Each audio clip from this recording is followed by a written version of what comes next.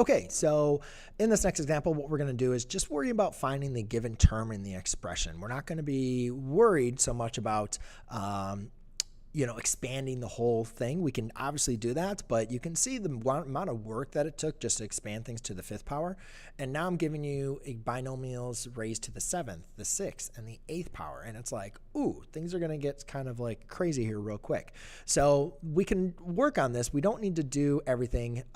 We don't need to expand it because they're only asking us to find the 5th term, the 4th term, and the 3rd term. And basically what I mean from that is, like, if you look at a binomial expansion, this would be the 1st term. This would be the 2nd. That would be the 3rd term. That's the 4th. This would be the 5th. And that would be the 6th, right? And every expansion obviously gets larger and larger. It's going to have more and more terms. But all they're really asking us to do is find, the values from working from the left over to the right. So when we're still going to follow like the same expansion that we've done before, but we're only going to expand it. We're only going to like do this method until we get to our given term that we need to figure out. And then we can stop. We don't need to continue doing it at all. Now, the other thing is, when I did worked on binomial or Pascal's triangle, I kind of stopped at the 5th kind of row. So what we're going to do is we're going to continue expanding Pascal's triangle. So I'm going to try to create this in here, fit this in here as best I can. So this would be to the 0. That's to the 1st. That's to the 2nd. So that's 2nd row. That'd be to the 2nd power. This would be a binomial expanded to the 3rd. And again, to get these rows, all I'm doing is starting with a 1, ending with a 1, and then adding the 2 terms. 1 plus 2 is 3. And then the next one, 1 plus 3, is going to be a 4. 3 plus 3 is 6. 3 plus 1 is 4. And adding a 1. And again, if you remember, we came up with these using from the warm-up and kind of looked at this as far as the patterns that everything contains. So here's to the 5th. All right, now let's go and get to 6, 7, and 8. Hopefully I have enough room for that. So that'd be 1, 6, 15, 20, 15, 6, and 1. This is for the 7th. So for the 7th row, we would have 1, 7, 21, 35, 35, 21, 7, and 1. And then for the 8th, raising it to the 8th power, I guess I want to kind of put a TH on these so you just know that they are not a part of, Pascal's triangle. These are just kind of like the rows that we have. So that's going to be the 5th row, 4th row, 3rd, 2nd, 7th, 8th. All right, let's do the last round for the 8th because that's as far as all I go, right? Yeah, I only go to 8th. Okay. So that's going to be 1, 8, 28, 21 plus 35 is going to be 56, 70, 56, and 28, 8, and 1. Okay, so you can see the numbers are kind of starting to get jumbled, right? And I probably could have, I should probably maybe separate these a little bit more just so I don't get people start getting confused. There you go. So make sure there's like good enough spaces here, but that's going to be your coefficients. But again, we're not going to have to use all the coefficients here. So one of the kind of tips I like to do is, once I kind of draw up the Pascal's triangle, I'll just write the coefficients here right from the top. Now I only need the 7th term, right? So if I'm looking at the 7th expansion, the 5th term, 1, 2, 3, 4, 5. I'm only going to go from here. I don't really need to care about the rest of these because I'm not going to figure out the whole expansion. So let me just copy these down since I have them. 1, 7, 21, 35, and 35. Okay, so those are my binomial expansions to the 5th term. All right. So once I do my binomial expansion, I get to 5 terms, I'm going to stop. All right. Now, would I do in binomial expansion? Again, remember we can rewrite this as a x plus -1 to the 7th. Okay, so now it's just going to follow our binomial expansion rules to the 5th power.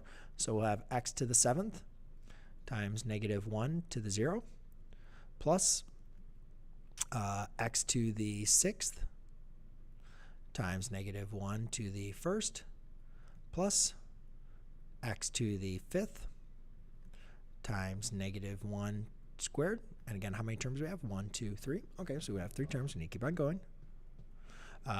X to the 4th times negative 1 cubed, and then plus x to the 3rd times negative 1 squared. Okay, so that's our 5th term, right? 1, 2, 3, 4, 5. So we can stop. We don't need to continue doing this for all 1, 2, 3, 4, 5, 6, 7, all 8 terms total. Now let's go and add in these coefficients. Actually, now we don't really need to add those coefficients. The only coefficient that we care about is this 35, right? We don't need to, we're just writing this out here so we can make sure that we get our pattern. And you can probably, once you start getting these, plus 35 times x cubed times negative 1 squared, right? We don't really care about any of this anymore. We just want to know, what is this 5th term, right? So that's it. Like, that's all we're concerned about is just the 5th term. So I only did these just so you can kind of see my rule and pattern, following through there. But, we can start getting quicker and faster with this. And so negative 1 squared is obviously going to be a positive 1. So this is going to be pretty quick, 35x cubed. All right, so let's go and do the 6th term. Before I get started with that, let's go ahead and write down the coefficients, and I want to find the 4th term. So 1, 2, 3, 4, so that's going to be 20. So really, all I care about is really just writing the 20. I wrote down all of them. I'm not really sure why, but I really only care about the 20. That's going to be my coefficient of this 4th term. So if our 4th term, if we're starting, well, let's just kind of go through it.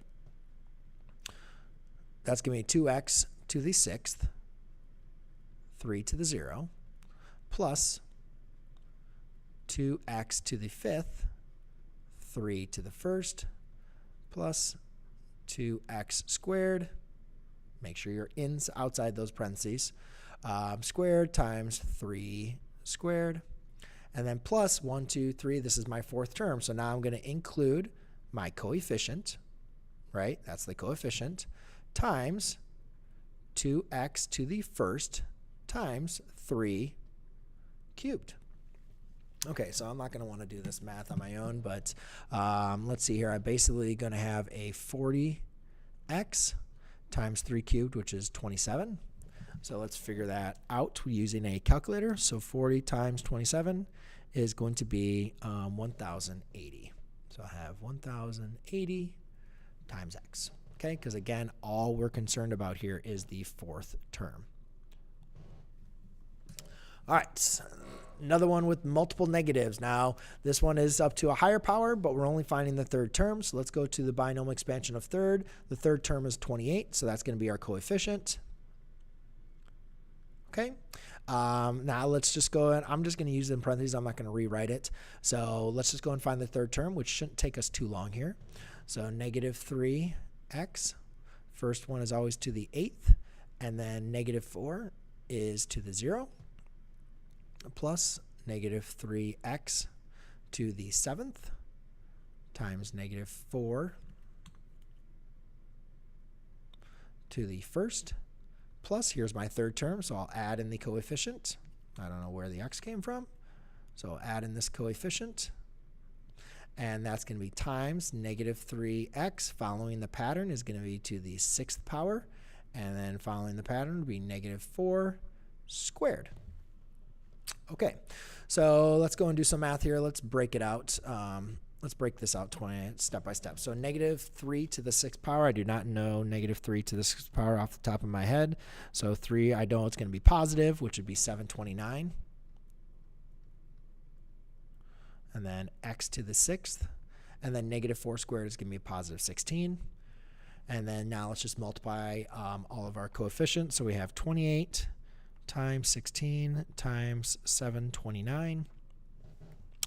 Whoa, big number. 326,592 x to the 6th. I don't really want to write it. I'll just leave that out there. Whew.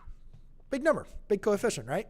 But you can see that obviously we usually, when we're doing these, we're going to use simple numbers, so therefore you're not going to be using a calculator. Like for instance, this -1, even though it's to the 7th power, it really wasn't that difficult to, evaluate that problem. So, most of the times we're going to keep things simple, but I just want to kind of see the pattern. And again, you can write out all the terms if you want to. You can write out with all the coefficients in there if you want to. But the kind of shortcut I, kind of mentioned is continue expansion to that term, only write out the one coefficient, and then just use the one coefficient as you need. There's no real, it's not necessary to, really do any more work than you need to. So that's really kind of the basis of expanding binomials. Now we're going to kind of look into the functions, or, what functions look like when they are expanded and what we can do with them. So that's on the next video.